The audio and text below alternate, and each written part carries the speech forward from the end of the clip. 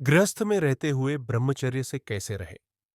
प्रायः स्थूल बुद्धि वाले लोग इतना ही समझते हैं कि ब्रह्मचर्य जीवन का काल विवाह के पूर्व समाप्त हो जाता है और विवाह हो चुकने पर फिर यथेष्ट विहार कर सकते हैं।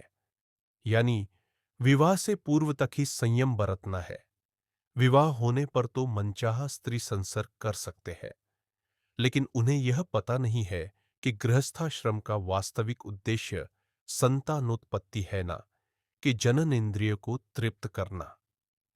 यदि कोई गृहस्थ जीवन में है तो वह केवल शुद्ध संतानोत्पत्ति के लिए ही ब्रह्मचर्य खंडित करे, अन्यथा नहीं। यही शास्त्राज्ञा है।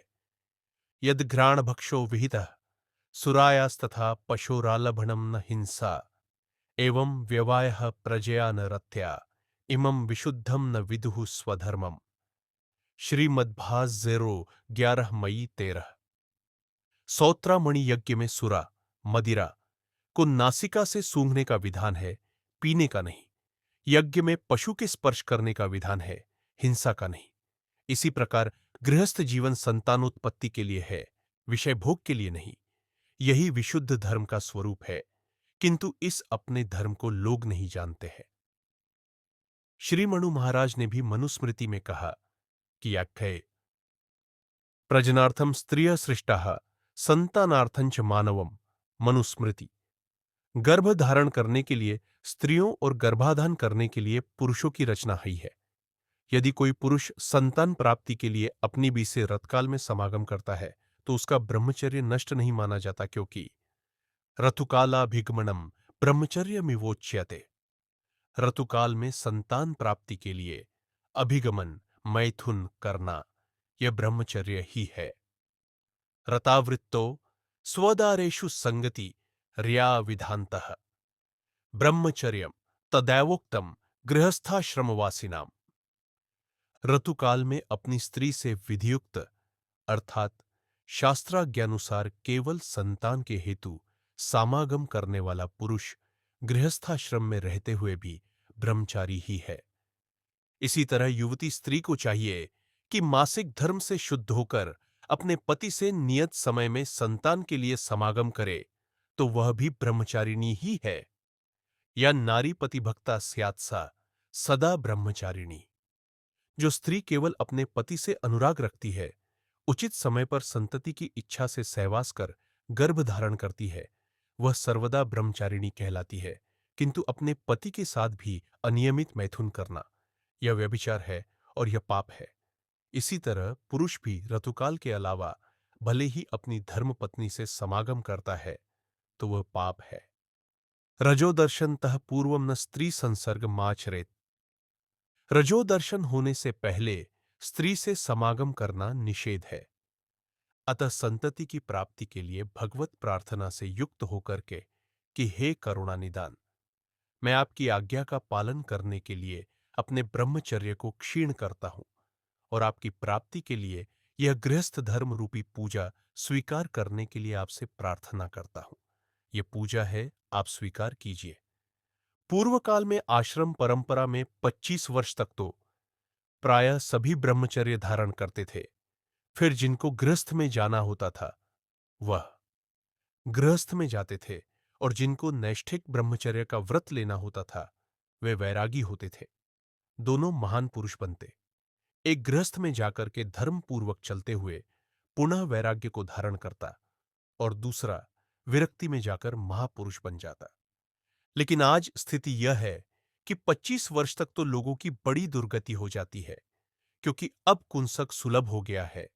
ऐसे ऐसे साधन चल पड़े हैं कि उनमें दृश्य देख देखकर लोगों की भावनाएं दूषित हो रही है और वो अपने जीवन को नष्ट कर रहे हैं। ब्रह्मचर्य नष्ट हो गया तो फिर ये अमूल्य मानव जीवन किस काम का रह गया। पूर्व में जब लोग संयम पूर्वक रहकर के गर्भाधान करते थे तो उनकी स्त्रियों के गर्भ से बड़े बड़े धर्मनिष्ठ भगवदनुरागी महापुरुष या देश व समाज के लिए सुखप्रद महान वीर पुरुष पैदा होते थे। गृहस्थ धर्म का भी एक नियम है, यदि उसमें ब्रह्मचर्य से रहा जाए तो निश्चित संतान दिव्य पैदा होती है। वह गृहस्थ धन्य है जो ब्रह्मचर्य पूर्वक संतानोत्पत्ति की क्रिया करके भगवान की आराधना करता है। वे सद्गृहस्थ बहुत महान हैं, जो गृहस्थ जीवन में भी संयम से रहकर के संत की तरह जीवन यापन कर रहे हैं। अन्यथा विरक्त साधक होकर के भी गंदे आचरणों की प्रवृत्ति बनी रहती है। जो सद्गृहस्थ तरुणावस्था से ही यह संकल्प ले लेते हैं कि हम आजीवन ब्रह्मचर्य से रहेंगे, और उस संकल्प को पूरा करने में जो स्त्रियां अपने पति का सहयोग करती है, वे निश्चित ही कृपा पात्र हैं। गृहस्थ जीवन में ऐसे महापुरुष हुए हैं जिन्होंने कभी अपनी स्त्री से संसर्ग नहीं किया। जैसे श्री कबीरदास जी हुए, उनकी स्त्री का नाम लोई था। कबीरदास जी ने कभी अपनी पत्नी से संसर्ग नहीं किया। उनके जो पुत्र पुत्री कमाल और कमाली थे, वे उन्हें दैवेच्छा से प्राप्त हुए थे, न कि संतानोत्पत्ति की क्रिया से। कबीरदास जी ने कहा है, दास कबीर ने ऐसी ओढ़ी ज्यों की त्यों धर दीन्ही रे चदरिया। इसी तरह से गीत गोविंदकार श्री जयदेव जी हुए हैं। उनकी धर्मपत्नी का नाम पद्मावती था। श्री जगन्नाथ जी की इच्छा से जयदेव जी को विवाह करना पड़ा, किंतु कभी स्त्री के साथ उन्होंने संसर्ग नहीं किया। उनकी स्त्री ने भी उनके नियम पालन में पूर्ण सहयोग किया। प्रभु की बड़ी कृपा है उनके ऊपर, जो दंपत्ति संयम पूर्वक जीवन बिताना चाहते हैं। विषय भोग करना, स्वाप्तिक भोगों में फंसना कोई कर्तव्य नहीं है। कर्तव्य तो एकमात्र यही है, इस साधन धाम दुर्लभ मनुष्य शरीर से प्रभु के चरणारविंदों का प्रेम प्राप्त करना। श्रीमद् भागवत में ऋषभ भगवान ने अपने पुत्रों को उपदेश देते हुए यही बताया था कि नायम देहो देह भाजा नृलोके कष्टान कामानर्हते विडंगुजाम्ये तपो दिव्यम पुत्र का येन सत्वम शुद्धयेद्यस्माद् ब्रह्म सौख्यम त्वनंतम। श्रीमद्भागवत 5 मई 1001। मनुष्य लोक में शरीरधारी मनुष्य का यह शरीर कष्ट देने वाले विषयों को भोगने के लिए नहीं है, क्योंकि यह विषय भोग तो शूक्रादि योनियों में सुलभ है। अतः हे पुत्रो, इस शरीर से संयम पूर्वक रहते हुए दिव्य तप करना चाहिए, जिससे अंतःकरण शुद्ध होता है और अपार आनंद की अर्थात भगवद रस की प्राप्ति होती है। आज ये जो बात हमारे हृदय में बैठ गई है कि हम तो गृहस्थी है, हमें तो भोग भोगने का लाइसेंस मिल गया, ये पूर्ण निकृष्टता की बात है।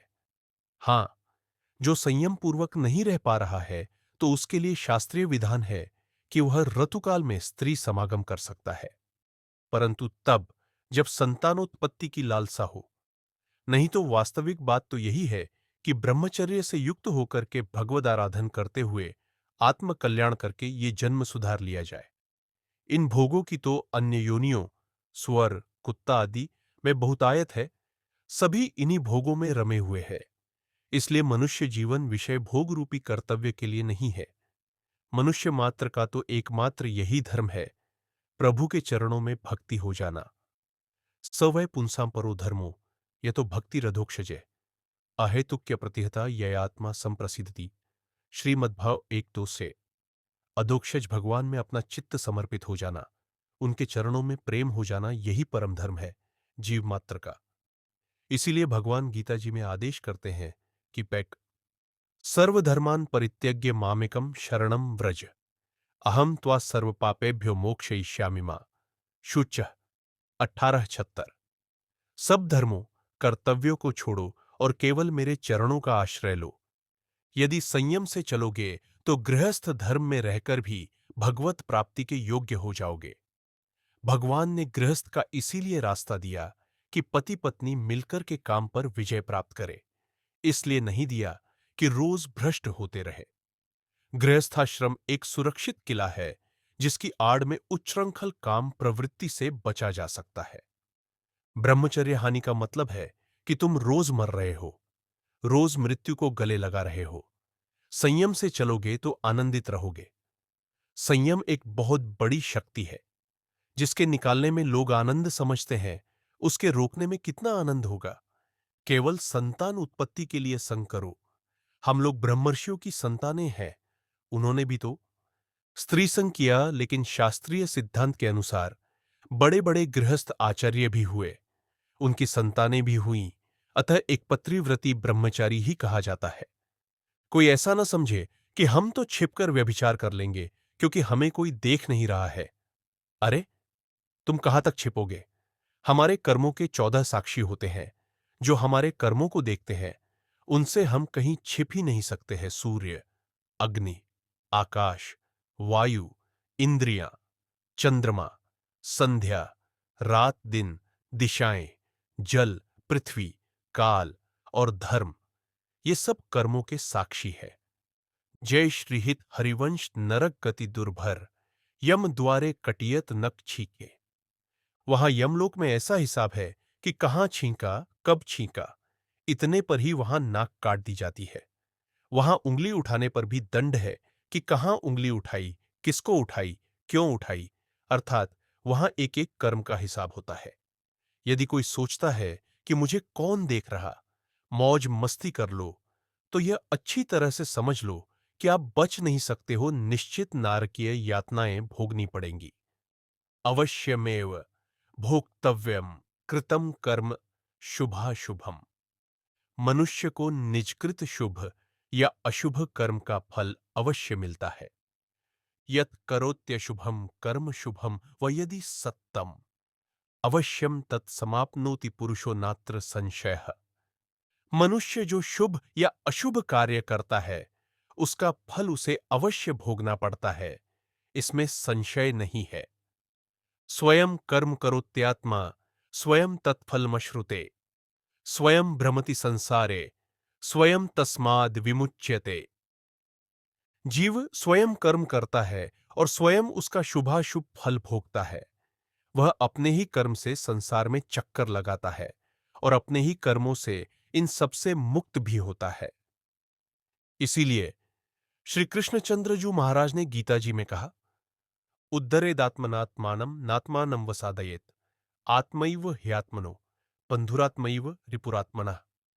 गी 6/5 अपने द्वारा अपना संसार समुद्र से उद्धार करे और अपने को अधोगति में न डाले, क्योंकि यह मनुष्य आप ही तो अपना मित्र है और आप ही अपना शत्रु है। इसीलिए सावधान, भूल न देहि कुमार कपाऊ। यदि कोई पुरुष काम से पीड़ित होकर के अगम्यागमन करता है अथवा स्त्री कामातुर होकर के पर पुरुष से समागम करती है, तो उन्हें तप्त सूर्मी नामक नरक में जाना पड़ता है। वहां तपाए हुए लोहे की स्त्री मूर्ति से पुरुष को एवं तपाए लोहे के पुरुष से स्त्री को बहुत काल तक आलिंगन कराया, चिपकाया जाता है। ये दंड मिलता है। सूर्या लोहमय्या पुरुषम आलिंग्यंती स्त्रियम च पुरुष रूपया सूर्या। श्रीमद् भार 5:20-26-20। श्री रामचरित मानस में अनुसुईया जी ने भी कहा है, पति बंचक परपति रति करई, रौरव नरक कल्प सत परई। छन सुख लागी जन्म सत कोटि, दुख न समुझ तेहि सम को खोटी। पति प्रतिकूल जन्म झ जाई, विधवा होई पाई तरुणाई। 3:5। जो स्त्री अपने पति को छोड़कर किसी पर पुरुष को कामुकता की दृष्टि से देखती है, उससे संपर्क करती है, तो उसे 100 करोड़ असंख्य जन्मों के दुख को नहीं समझती। उसके समान दुष्टा कौन होगी। जो पति के प्रतिकूल चलती है, वह जहां भी जाकर जन्म लेती है, वहीं भरी जवानी में विधवा हो जाती है। और यदि स्त्री पातिव्रत धर्म से चलती है, तो उसे बिना कुछ साधना किए इतने से ही परम गति की प्राप्ति हो जाती है। बिनु श्रम नारी परम गति लही, पतिव्रत धर्म छाड़ी छल गही। जो स्त्री छल छोड़कर पातिव्रत धर्म को ग्रहण करती है, वह बिना ही परिश्रम परम गति को प्राप्त करती है। अतः स्त्री पुरुष दोनों को व्यभिचार से बचना चाहिए, क्योंकि दुराचारो ही पुरुषो लोके भवति निंदितः दुख भागी च सततम व्याधितोल पायुरेव च। मनुगमृति। दुराचारी मनुष्य संसार में निंदा का पात्र, सदा दुखी, रोगग्रस्त और अल्पायु होता है। अतः अगर भ्रष्ट आचरण करोगे तो तुम्हारी संतान कैसे बलवान होगी। गृहस्थी में भी जाना है तो तब तक पूर्ण ब्रह्मचर्य का पालन करें, जब तक आप गृहस्थ धर्म से युक्त न हो जाए, और यदि विरक्त है तो आजीवन ब्रह्मचर्य धारण करें।